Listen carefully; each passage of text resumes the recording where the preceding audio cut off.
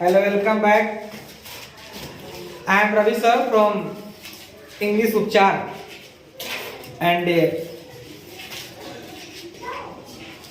आज हम लोग इस वीडियो सीरीज के अंतर्गत शादी विवाह से संबंधित 28 वर्ड मीनिंग देखेंगे।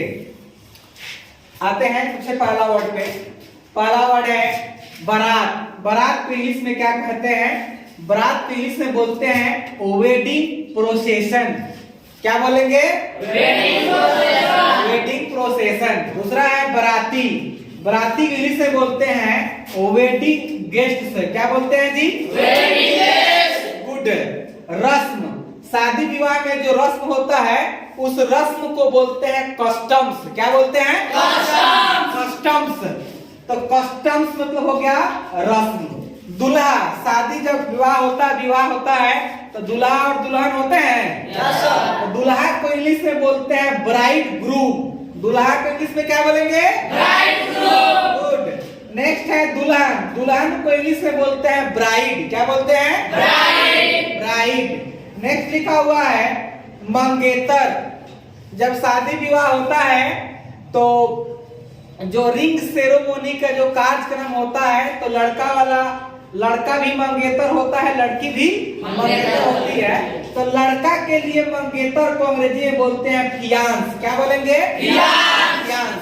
और लड़की होगी तो उसको बोलेंगे फियांसी। क्या बोलेंगे? फियांसी। नेक्स्ट है जब शादी विवाह हो जाता है तो ससुराल लोग जाता है। ससुराल को इंग्लिश में क्या बोलेंगे? Bride in lodge house. क्या बोलेंगे? ब्राइड इन लॉज हाउस किस हो गया? ससुराल। नेक्स्ट लिखा हुआ है ससुराल वाले। हम लोग जब ससुराल जाते हैं तो वहाँ जितने भी लोग होते हैं वो सब क्या कहलाते हैं कि मेरे ससुराल वाले हैं, बोलते हैं ना। तो ससुराल वाले को इंग्लिश में बोलते हैं ब्राइड इन लॉज। क्या बोलेंगे? Bride in lodge. Good. Next लिखा हुआ है शादी की रस्में।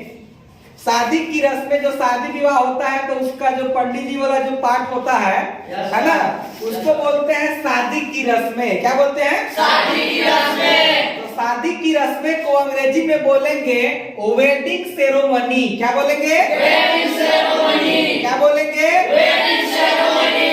गुड। नेक्स्ट लिखा हुआ है दुल्हन के घर वाले। दुल्हन के घर वाले को अंग्रेजी में बोलते हैं ब्राइडल फैमिली। क्या बोलेंगे? Bridal family.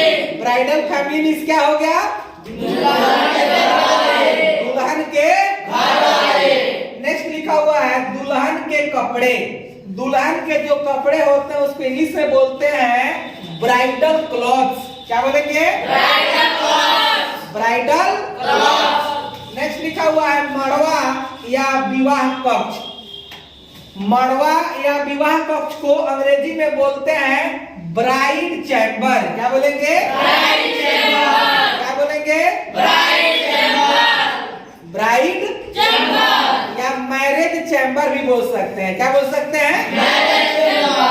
गुड। नेक्स्ट है जब शादी विवाह होता है तो भोज खाने को मौका मिलता है, नहीं? तो भोज को उर्दू में दावत बोलते हैं। दावत या भोज को इंग्लिश में बोलते हैं फीस्ट। क्या बोलेंगे? FEAST। फीस्ट मींस क्या होता है? दावत या भोज। गुड। नेक्स्ट लिखा हुआ है जूता चुराई की रस्म।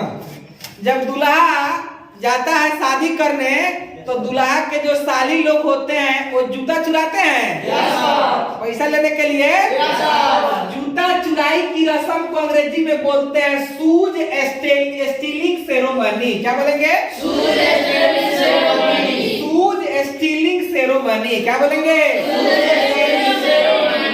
नेक्स्ट है भाभी, साली, ननद। भाभी हो, साली हो, ननद हो, हिंदी में अलग अलग होता है, लेकिन इंग्लिश में भाभी हो या साली हो या ननद हो अंग्रेजी में बोलना होगा तो उनको बोलेंगे सिस्टर इन लॉ। क्या बोलेंगे? Sister in law. बोलिए sister in law. Sister in law. Sister in law means क्या हो गया? नेक्स्ट है जीजा, साला या देवर। जीजा, साला या देवर को इंग्लिश में बोलते हैं क्या? Brother in law. बोलेंगे? आगे लिखा हुआ है दामाद।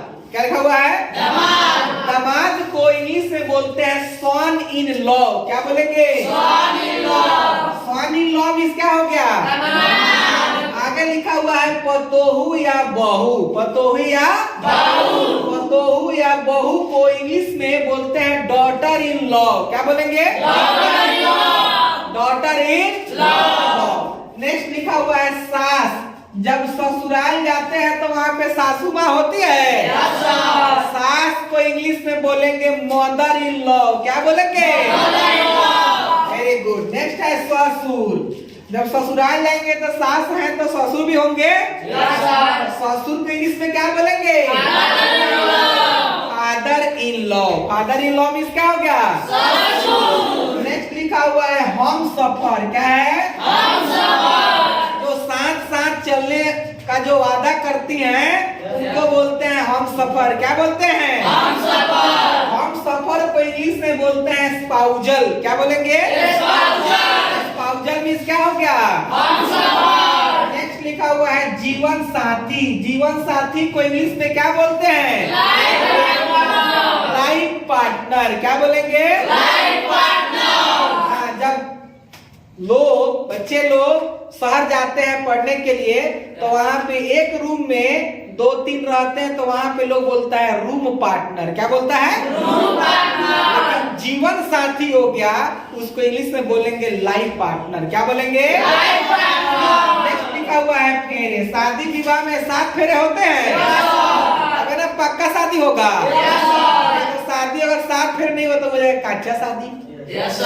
फेरे को अंग्रेजी में बोलते हैं वेडिंग वाऊ। क्या बोलते हैं? वेडिंग वाऊ मीन्स क्या हो गया? आगे है माला। जयमाला होता है। तो जो माला होता है पहनाने वाला दूल्हा दुल्हन को पहनाता है, दुल्हन दूल्हा को पहनाती है ना। माला को अंग्रेजी में बोलते हैं गारलैंड। क्या बोलेंगे? गारलैंड। गारलैंड मीन्स क्या हो गया? नेक्स्ट है जब शादी हो जाता है तो लड़की अपने हस्बैंड के साथ आ जाती है तो फिर यहाँ से अपने घर जाती है तो उस घर को अब लड़की का घर उसके लिए उसका घर नहीं होता, वो होता है नैहर या मायका। क्या रहता है? नैहर या मायका को अंग्रेजी में बोलते हैं पैटर्नल होम। क्या बोलेंगे? आगे लिखा हुआ है विदाई। विदाई को इंग्लिश में बोलते हैं गुड बाय सेरेमनी। क्या बोलेंगे? Goodbye ceremony. Goodbye ceremony है ना। अब आप लोग को बताना होगा कि परछावन को अंग्रेजी में क्या कहते हैं। अगर आपको पता है तो आप कमेंट बॉक्स में लिख करके बताएंगे, ठीक ना? नहीं तो अगले वीडियो में बताएंगे। ओके, उम्मीद करते हैं आप सभी लोग को वीडियो अच्छा लगा होगा तो आप सभी लोग इस वीडियो को अपने दोस्त सर्कल में शेयर करें। ओके।